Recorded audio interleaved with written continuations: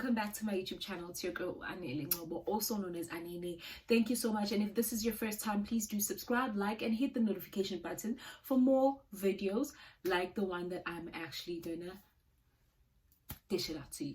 Okay, so guys, today we're gonna unfold and do a story time about myself. Okay, so guys, I've been through a lot and I've found ways to heal. Okay, tried professionally, it did not work, but it made me realize a lot of things.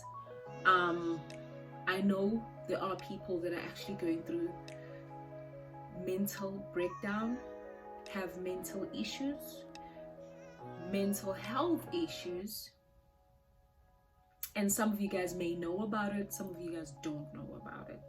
And please stay if you have a similar situation, and let's talk about it and find ways of helping each other. I'm gonna start off with my background. I was raised by a grandmother, which is my mom's sister, most of my life, and the other 20% of my life was raised by brought up by my mom's mom. Okay, and then there was a time where I stayed with my mom as well. I think about 5%. So this is what happened. I was raised by my grandmother. So when I was staying with my grandmother in my grandmother's house, she had other kids that she took care of. And mind you, she only had one child, and she still has one child and has 3 grandkids, but is still raising people's kids. Like it's just the thing. I think in life there's always that one person in the family that always, you know, trying to keep everybody in line and stuff like that. And so happens that I was one of those kids that she was raising. So when you're raising people, when you're actually staying in one house, this is a typical 7-room house, right? Person that gets, well, the income that we have, it's a pension, and everybody else is depending on the pension, and you have a lot of debt, you have a lot of things that you pay for, and you still have full responsibility of people in the household. Whereas if you're a parent and you are paying child support, it doesn't mean that you're still raising your child. It doesn't, yes, money has, it plays a big role in raising a child, but physical support also plays a big role. I think where we make an exception, if you're a parent that works extra hard by having a job far away, or, you know, maybe you work in marine or airlines or something like that, that's where you cannot be physical for your child, you cannot be present at all times for like all the important events in your child's life, but you are making the most. So that's when I feel like that's where I will make an exception, and I wouldn't count those parents. You know, I'm not talking about those parents, I'm not talking about them, because they want to be there, but then the type of job or the type of sector that they took, the type of industry that they took, allows them not to be 100% physically active in their kids' life. So we're going to start with the absence of parenting. Absence of a mother, absence of a father plays a role. I'm not saying my grandmother was the worst enemy or was the worst person in my life. Never, ever, ever. That woman did exactly what she needed to do and more. And we're still in contact, and we're good. Not really in contact because I'm far away, and also the time, it's really hard for me to wake up in the middle of the night and give them a call. But if I can, I do send money every now and then. So whenever she was stressed, when I was a kid, my grandmother, every time she's stressed, she will take it out on someone. So I started noticing a pattern that, okay, if my uncle, my young uncle, if he went out and went drinking and caused a problem, that's going to be the story for the week. She's going to be mad because of that. So every time there's something wrong, every time there's someone, because she has so much stress, it was always going to be taken out on one person. Heading it down to who's next, who's the next person. Remember that if you're a mother, you hardly take it out on your child. You're going to start off with the people that less matters. Not that you don't love them, but they not as a priority to you. You're helping out, but they're not as priority, or they're not as important as your own birth child. I was next in line. My sister and I were next in line. The type of toxic communication we had was the hardest thing ever. There was a time where every day we used to count. Like, this is me and my sister and I. We used to notice everything. Every day we do something wrong. Every day. We will come back from school. Mind you, there are other family members in the house, but we will come back to school. We'll get back from like school or wherever, and every week we have the same chores. If it's your turn to cook, you don't clean. If it's your turn to do laundry, you don't wash dishes, at night. So we used to have those routines, and we knew our routines, regardless that you're going to school, you're studying or not. You come back to school, there's everything, the house is upside down. It's your responsibility as a child. And that's normal, because most families have that timetable where kids are taking chores. Kids have to actually delegate to each other that, okay, you're doing this, you're doing that, this is what I'm going to do, this is what I'm going to do, to try and balance the house. Regardless that people, when we're home, nobody was working, but if it's your duty and if it's your turn to cook, you're gonna cook. Regardless that you went to school and came back at 5 o'clock, if you have to cook, you're gonna have to cook. If you have to clean, you're gonna have to clean. Nobody taught me how to cook. Nobody. There was a time where they just gave me the basics. That's all. No training, no supervision, just do it. And when you do it, you're not going to do it perfectly, right? So that's going to be another argument. That's what you're going to be, they're going to start shouting at you because you're doing things wrong. Whatever you touch, it's wrong. You get screamed, yelled at because it's wrong. Every time, because my grandmother's old, right? So every time, this is how older people do it. Most older people do it like that. And it's normal. So every time I will do something wrong, she will tell my mom that this is what happened. And then when I'm not feeling well, or like feel like, okay, we will never be in the same page, let me just tell my mom. I will get dismissed with that. Okay, I get it. I'm a kid, right? My sister feels the same way as well. And then where I started noticing the difference. So every time when my grandmother would be around her friends, they will talk about my sister and I will, like how normal parents will talk about their kids, but it wasn't coming from a positive side. It was always something negative to say, and it comes back to me. And I never said anything. I never confronted or acted out. And yeah, I never talked about it. It used to hurt me, but I was just like, it's fine. It's fine. Just what older people do that a lot. And there was a time, there's a scenario where I noticed that, you know what, exactly what that lady said. I have nobody. We have nobody. We were cleaning up. We went to go and play with our friends. And then when we got back, there was, my sister had to cook or something. And then my uncle had twins. So the twins were young and they were playing. And my grandmother used to shout at us that the twins, nobody's there to watch the twins. We need to stay with the twins. It's our, like it was our responsibility to help out with these 2-year-olds or 1-year-old kids. I don't know, 2, 3, somewhere. and we had to help out with that. So it was normal, and we had to do it. But my sister and I, we helped out a lot with that.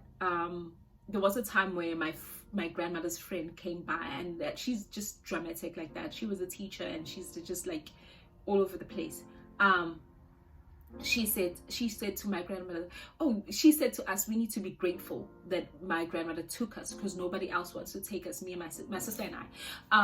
And then she said something like, you guys don't have any parents, you guys are in.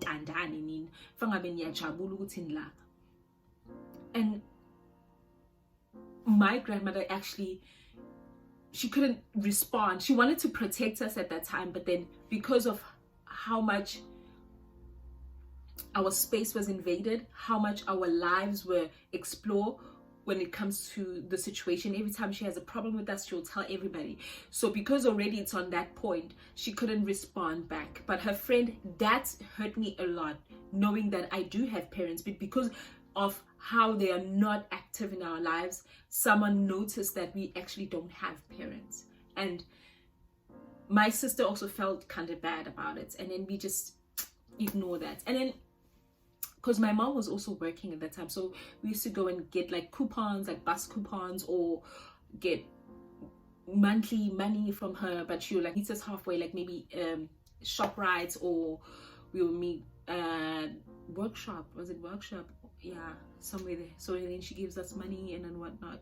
And then my grandmother used to complain a lot about us. So when I was in grade 7, I noticed the relationship with my mom and my sister, that every time when I go and visit my mom, she will be on my case. She will tell me that, this is wrong, you guys are not treating my auntie well, blah blah blah. And then if I explain something that hurts me, and then it was a matter of her saying to me in a way that I have no other choice, but then also try to be very defensive, that, oh no, so what must I do because you did this? This is why she felt like this. This is why. Sometimes it wasn't even things that we had control of. We didn't have any control of that. We couldn't do anything. Sometimes we're not even wrong. Sometimes we are, sometimes we're not. But then our side were never heard. Never, ever, ever. And that part where my mom used to argue with me, used to shout at me and yell at me, it was always, whenever my grandmother tells her story, I always had that thing that you're doing wrong, everything you're doing is wrong, you need to listen, you need to be the right kid, you need to be this, you need to be that. And then stop interacting with family, stop relationships with family. It was at that point where I noticed that my mom always defends my sister to me or to anybody else. Like, she always say, oh no, it's this, da, da, da, da. And then she never owned up to telling her that you're wrong. And every time when I was around and my sister was around, it was always a chit chat of, oh, how's your father's side of the family? How are things? How are they doing? And never, ever, ever received anything where she asked me, how are you? How are things with you at that time? So that she's the favorite. And then I remembered something that happened when I was a kid. My mom's sister, my auntie, she actually used to plait my cousin's hair. And then this one time she left a piece, and then she was like, oh, you know what, you should do your hair, ask mom to plait your hair. And then when my mom came, my sister came to visit as well. She was staying with the father's side of the family, and I was staying with my grandmother, my mother's mom. So she came around, and then when she came around, she sorry about that.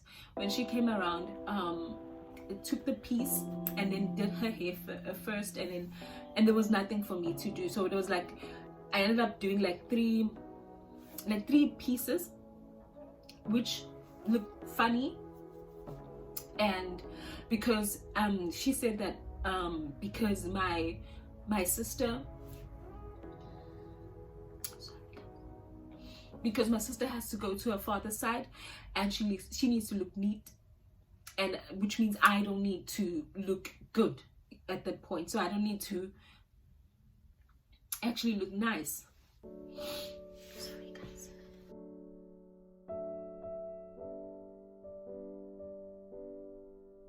And whenever I try to voice out these things, because they started hurting me a lot,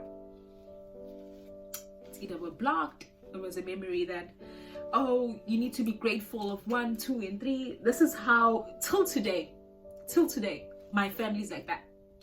You need to be grateful of what you have. And I believe that if a child from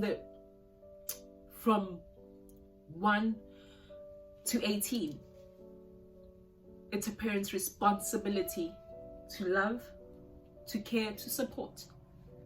So I don't get it. Why should I be grateful that I'm here? Why should I be grateful that I'm a child?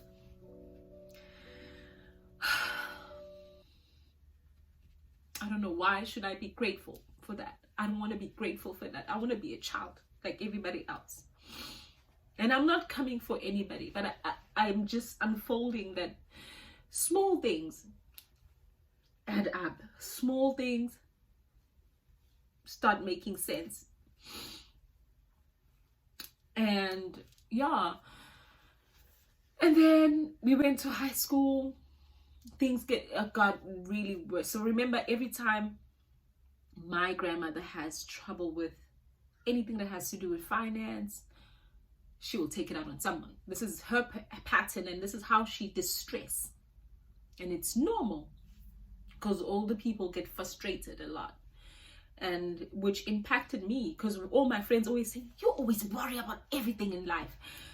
Even here, I'm in the US right now, and I'm still worried. I'm still that person. I'm always anxious about everything. I'm always just not okay. I'm not okay. I don't feel okay. I feel like I should be worried about something. So a friend came by and then wanted my sister to plait her hair, and my sister needed the money. So she decided, you know what, I'm gonna do it. I need this cash. I'm gonna do this. Okay, mind you, she doesn't share. That's the type of person she is. She doesn't share. She doesn't feel like she should share her money. She's not that person. Not that she's not kind, but then she's misunderstood at all times. So my sister did this girl's hair, and then I was like, hey, you're running out of time, because normally we cook around 5 o'clock so that by 8 o'clock the food is still hot. And I'm like, hey, you're running out of time. You need to cook. I'm gonna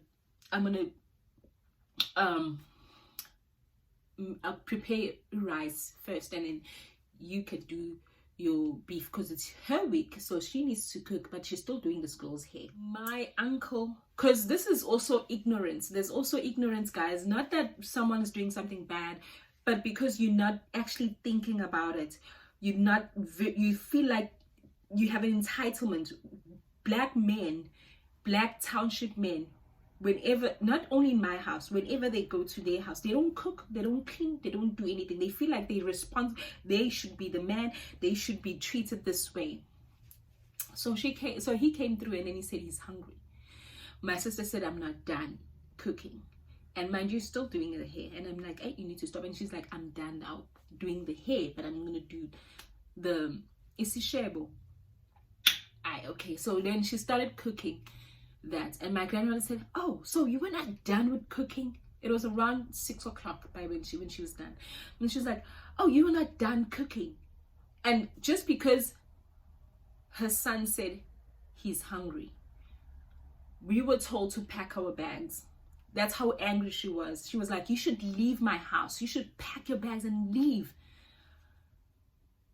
And we didn't know where to go. And we were so young. And I tried to explain that to my mom. Never once took any responsibility or helped us out or did anything. And I'm not bashing her. I'm just saying that what happened. It's not a lie. It's not me trying to look good for people. It's me expressing that this really happened. It happened. It's not a lie. It happened. And I'm not coming for anybody. I'm just saying that we need to normalize talking about these things. I'm not coming for anyone. I'm just going to keep repeating myself with that part, because I don't want anybody feeling bad. Like how Anele, after everything, So, and then we ended up having to pack our bags.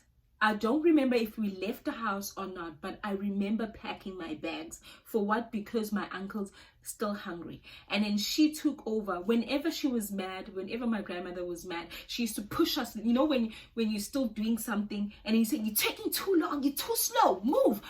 And then she just screams at us for nothing. Definitely nothing. And it's always been like that. So I started closing up to people. Till today, I trust my friend more than I trust my family. I don't know why.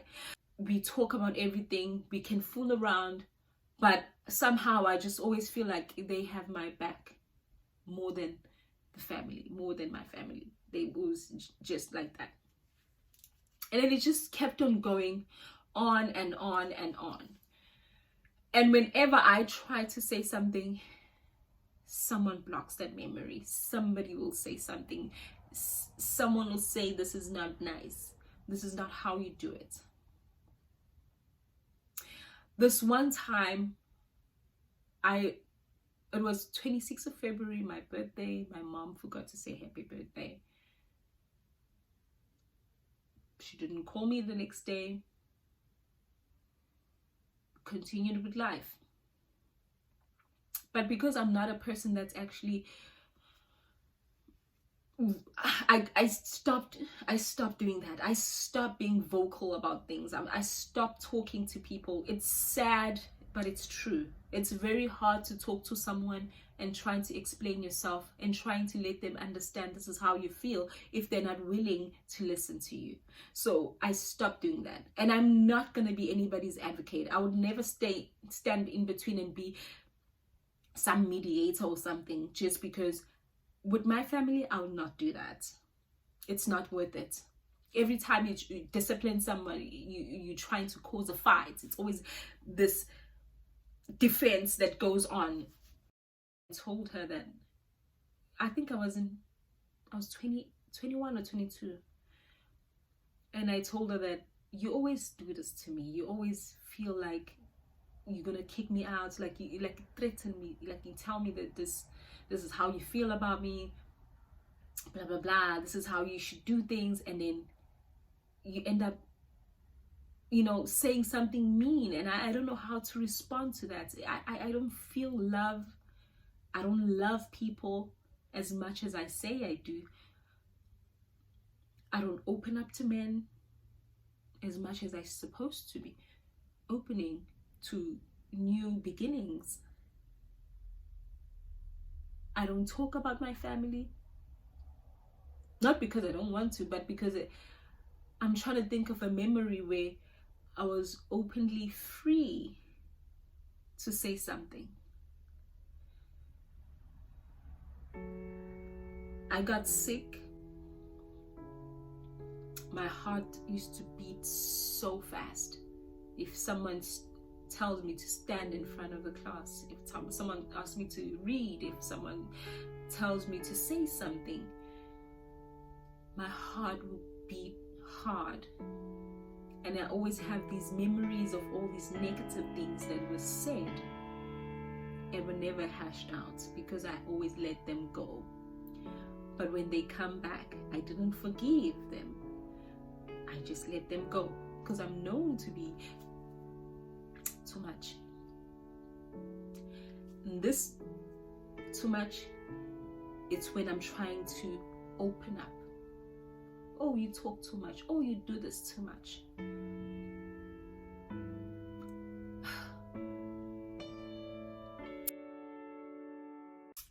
I'm not the smartest sibling either. My sister will ace it in her classroom, will ace it in the grade. My cousin will do the same.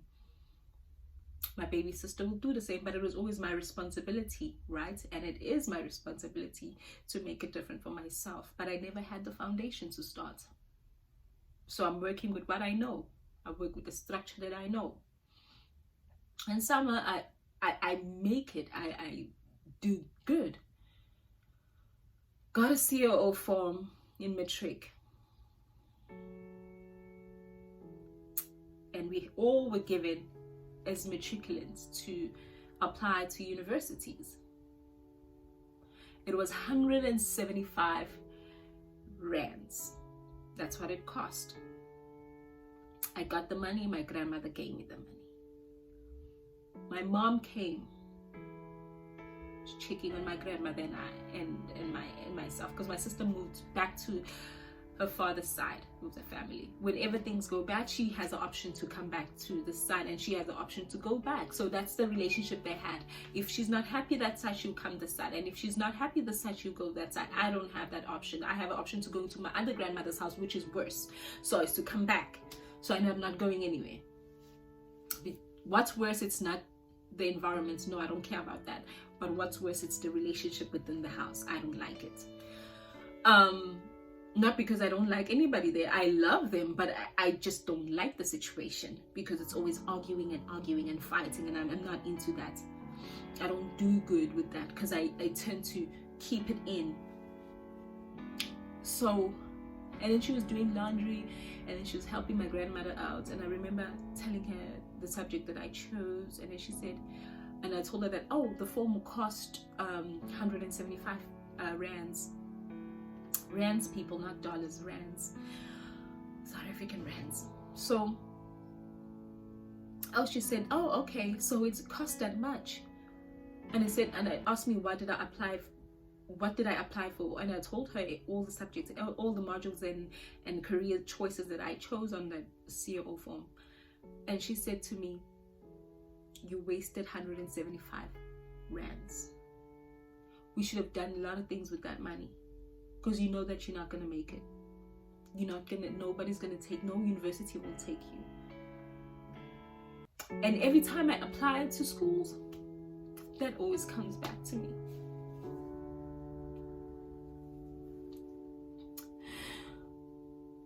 That I wasted that money. And I did waste it, because I only went to UNISA. Even though I had the minimum requirements for any course that I wanted, it even changed to I'm always in a waiting list, or they regret it because it's not their first it wasn't my first option. Apply again. Following year, applied the other year. I applied like 4 times, and I still didn't make it to any university. And I'm still hungry for education. I want to be educated more. But it's the little things that break someone, that you expect them to build them, but then it breaks them. There's a lot of judging as well.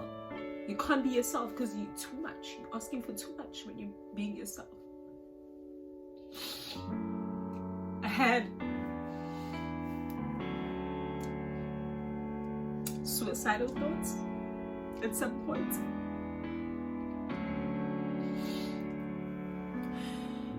More heart problems.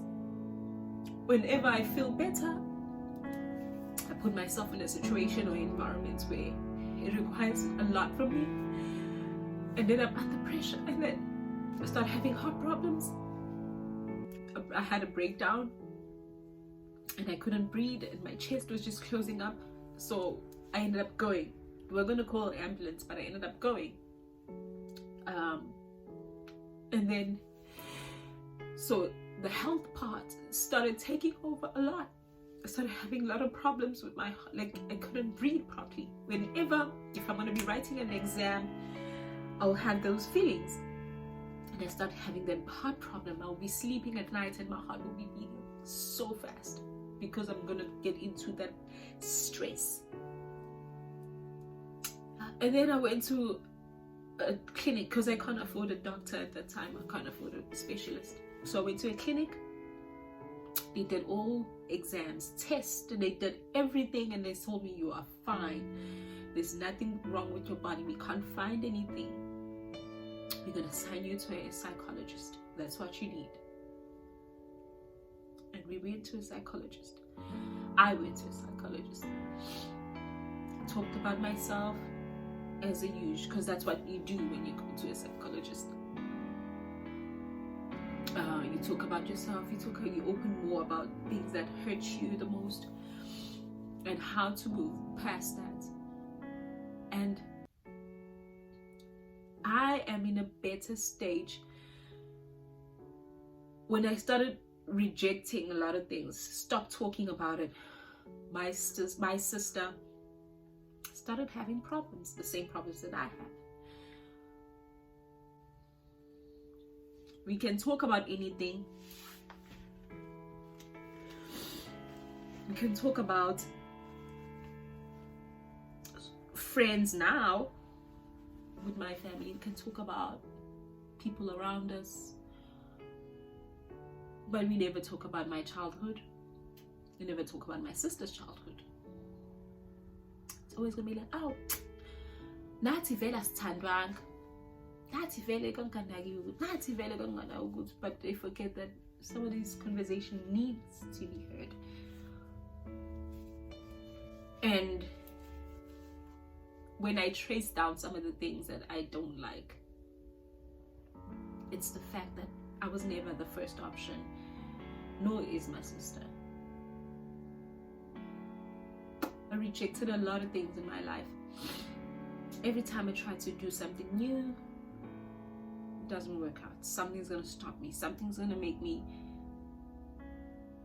well, it's not me, but it's always something blocking that, something blocking that memory, something blocking that event from happening. This is one time I got this other a training school, and this time I'm at home and I'm not working, I'm not doing anything, and there was this training school which will help you get a job in government, and they actually take you from the training school to and work for the government and be like administration type of job and do that. That day I actually saw that, okay, my life is about to change, because it is a valid company and they work with the government. That's how they hire people. And I'm like, oh wow, so this is big. They had a strike in my area. Nobody could leave, and then it became a national strike. So you see, some things that just fell short like that. Biggest goal that I wanted to accomplish, wanted to make sure, and was the shortest goal, was to get out of my grandmother's house and go and live by myself. That was one of the biggest things that I wanted to do. So as soon as I got a job, I made sure that I get a place, and I want to get out of that place. Not because I don't love them, I do, but it was not healthy for me. I stopped myself from opening this YouTube channel a long time ago because of my situation. I'm like, what if people look at me and don't like me? Because you need to love yourself first. You need to learn to, I'm learning. And I always write this on my Instagram that I'm a student too. I'm learning. Learning to find myself, learning to be in a better place, learning to forgive and fully forgive instead of letting them go. Because when you let something go, sometimes you don't 100% give it a thought that it might come back and hurt you. And every time I try to do something big, I think about this negativity. Here I am, 20-something years old, receiving a message from your mom telling you, I love you. And not feeling anything, and feeling bad that you're not feeling anything.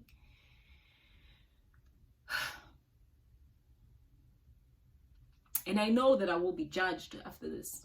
I'm waiting for the one person that I know will say something negative. Feeling like, oh, but she tried. I'm not saying she didn't. But what I'm saying is this is how I feel. This is what happened to me. This is the things that impacted in my life. This is the changes that I have made. I cannot be a child and asked to search out and look for my dad. I'm not the one who had a child with my dad. Why should I go and search and look for him? If you want to look for him, you know where to go. You know where to start. You shouldn't ask the child to look for their dad, because already that part is very painful. I don't need him, but if you feel like you need him, then do so. Every child has to have a parent, and if you can't force anybody to be anybody's parent. If they don't want to, they don't want to. Talk to me now. They'll tell me, oh, you should build your mama house, your mother a house. You should do this. I don't have money. I don't have money. I don't have anything in my life.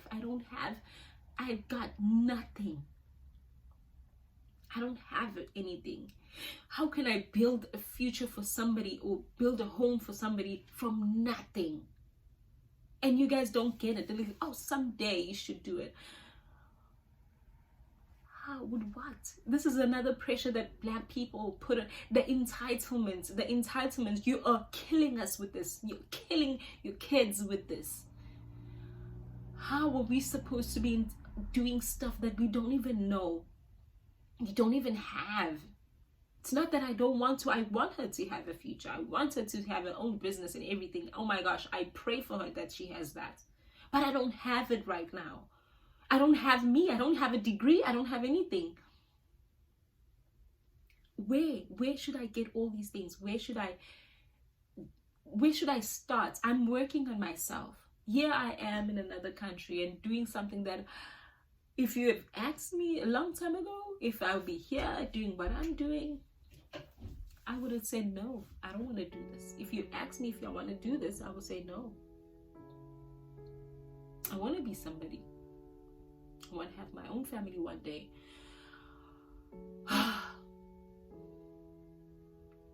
It's the way our parents are shaped. Oh, you know what? I have the mindset.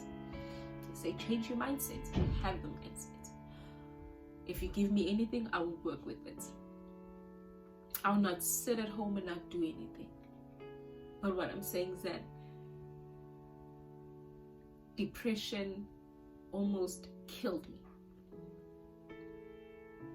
Negative thoughts almost killed me.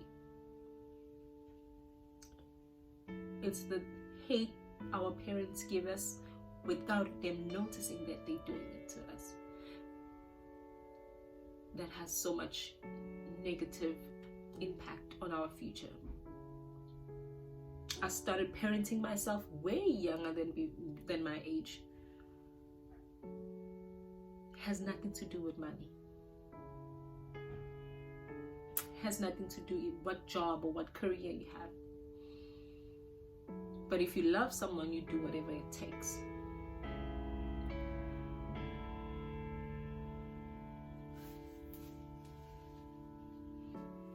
As much as my sister is doing extremely bad, treating her anxiety, depression, all the negative things, I just pray that she doesn't lose herself one day.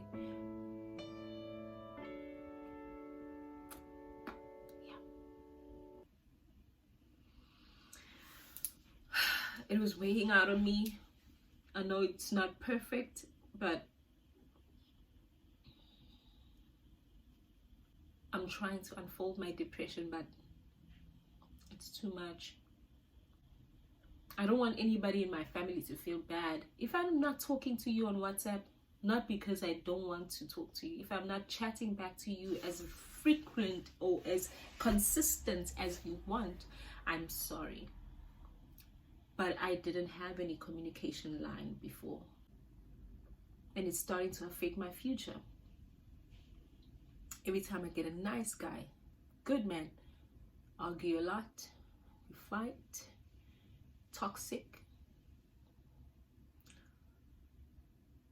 I used to go out partying with friends, and I used to get scared of going out partying with friends because I'm doing something wrong. I'll come back, my grandmother will tell everybody that I drink and she smokes. When time involves people that are not even part of this, fighting with neighbors because of lies that are spread, lies after lies, being judged by your aunties. I couldn't choose a life. I want to have a life.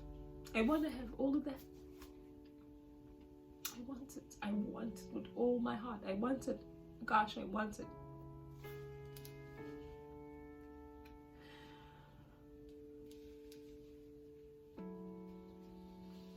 But I'm scared. Now you know where, when I talk about being scared, what I'm talking about. Scared of being myself, because you're judged when you're yourself. You're not protected when you want to be yourself.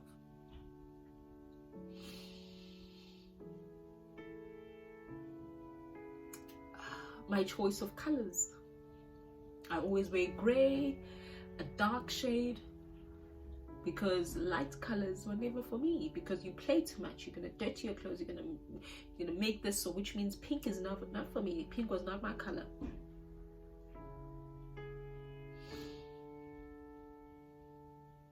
Some people are like, oh, you're a tomboy, you forever playing. Oh, that's my character though. Have you forgotten that everybody has something that they like? And if you are a parent that is doing that, just ask your child, what am I doing wrong? And if you think you're doing everything right, ask them, what am I doing wrong? So you know where to start. All grown, people will tell me that, oh, you're pretty, oh, you're this. I don't see that. I'm learning to love myself more, accepting my skin. It's a lot. It's a lot. And if you feel like, oh, maybe I need to be moneyed in order for me to have or seek help, and I have this problem with my family, oh, I don't want to go to no step in, go to a clinic. I went to a clinic. At least it identified my problem. That it had nothing to do with that situation that I was facing at that time. It had everything to do with my past, the things that I was trying to hide. So I'm working on that. Communicate. I can't even say I love you to nobody. I say it because in that situation you want to say it, but in reality you don't want to say it because you don't feel that way. Now people will give me a call, people that I didn't know that they had my number, and ask for money, because black people have this entitlement that you're entitled to get something from someone. You can't be successful if you're a township person, because there's always someone asking you for money, because they feel like when they see your success, they measure you through your money, and they forget that you're a person and you also have responsibility. Just because I don't have a child doesn't mean that I don't have responsibilities. I have responsibilities. I have somewhere to be, because what's going to happen next is that when I go back home and I've given you guys everything that I have, and the next thing you're going to ask me how she went all the way that side and then nothing, she's just sitting and watching me. If you're not going to be helping me, don't ask for. You can't be sucking the same blood. I'm anemic. You can't be taking more than that. I need this little that I have. I haven't even shaped my future. Maybe that's why. Because I'm busy stuck and thinking about past things that happened to me, and also trying to please what's in front of me, and which is fake. People who can't even ask you how are you doing without the next line asking you for money or buying them something, which is wrong. If you know you are not there, you are not attending those hours with me, you are not working in a call center and working 12 to 12 shift every night just to save up enough money for you to make a difference one day. You are not with me. Never ever ever in your life ask me how am I doing, and then you come around and ask me for money. That's the type of relationship that I'm gonna lose. And don't feel bad. I won't feel bad knowing that if this is what it takes for this relationship to end, it's fine. I stopped talking to a lot of people long time ago. If you're quiet,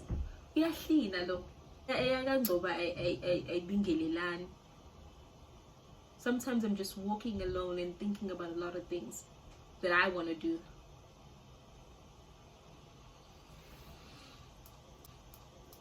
That's it for today. Thank you guys.